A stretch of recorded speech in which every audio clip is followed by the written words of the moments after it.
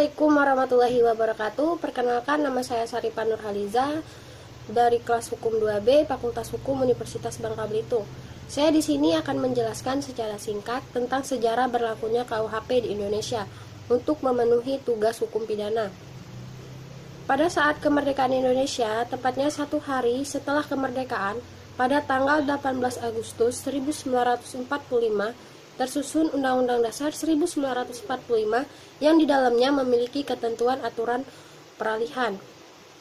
Pasal 2 Aturan Peralihan Undang-Undang Dasar 1945 menyatakan bahwa segala badan negara dan peraturan yang ada masih langsung berlaku selama belum diadakan yang baru menurut Undang-Undang Dasar ini.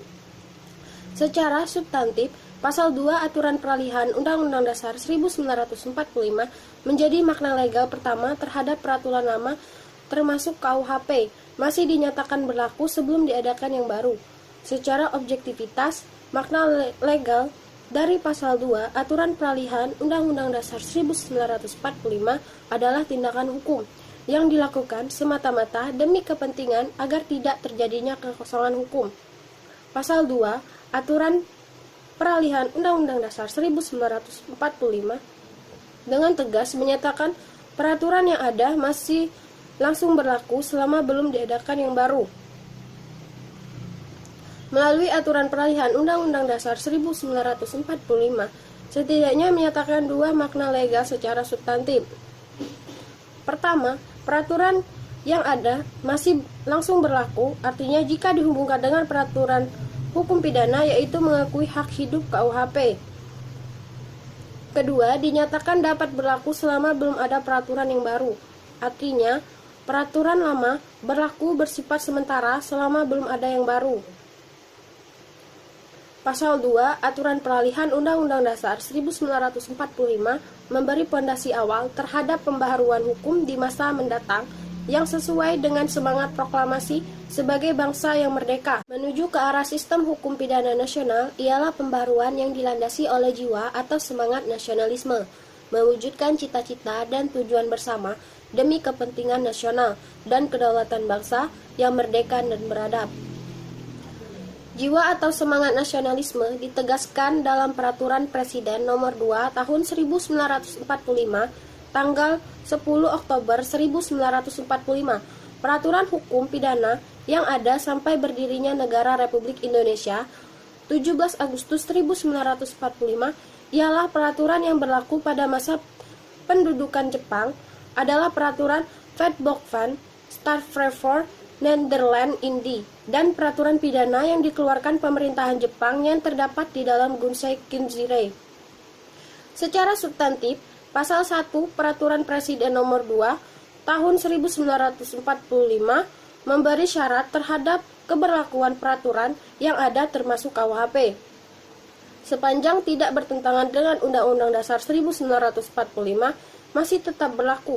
Terhadap hal ini dapat diajukan pertanyaan secara yuridis filosofis, apakah setiap norma di dalam KUHP masih sesuai dengan nilai yang dijamin dalam Undang-Undang Dasar 1945.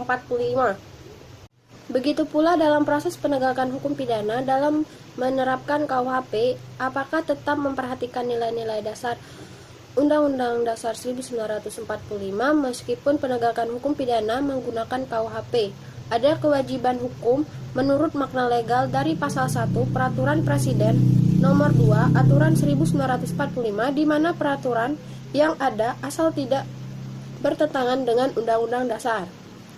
Kalimat asal saja tidak bertentangan dengan Undang-Undang Dasar 1945 merupakan syarat berlakunya peraturan yang ada, termasuk KUHP.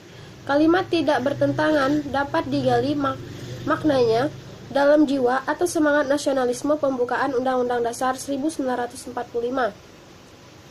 Perkembangan selanjutnya, pemerintahan RI mengeluarkan Undang-Undang Nomor 1 Tahun 1946 tentang Peraturan Hukum Pidana tertanggal 26 Februari 1946.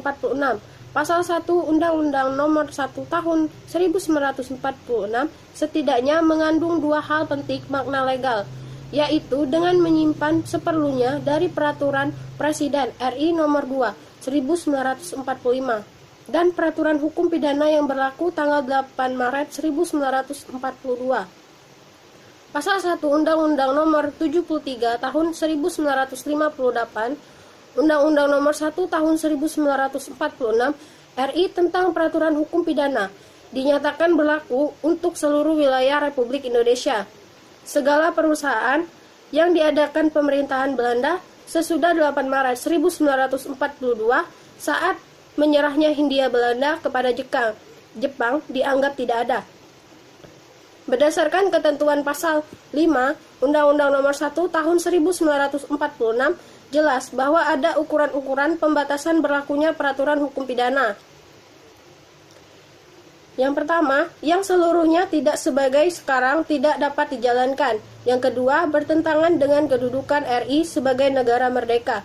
Yang ketiga, tidak mempunyai arti lagi.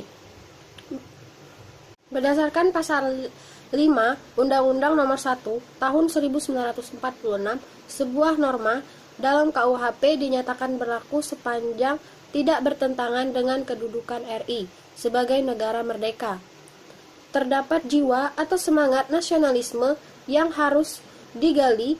Ia lahir dari revolusi kemerdekaan RI. Dapat disimpulkan, dasar berlakunya KUHP di Indonesia tidak terlepas dari makna legal yang ditetapkan Pasal 1 Peraturan Presiden Nomor 2 Tahun 1945 dan Pasal 5 Undang-Undang Nomor 1 Tahun 1946, yaitu Peraturan Hukum Pidana KUHP yang ada masih boleh berlaku sepanjang tidak bertentangan dengan Undang-Undang Dasar dan kedudukan negara RI yang merdeka. Sekian yang dapat saya sampaikan. Jika ada kesalahan, saya mohon maaf. Pada Allah saya mohon maaf, ampun. Assalamualaikum warahmatullahi wabarakatuh.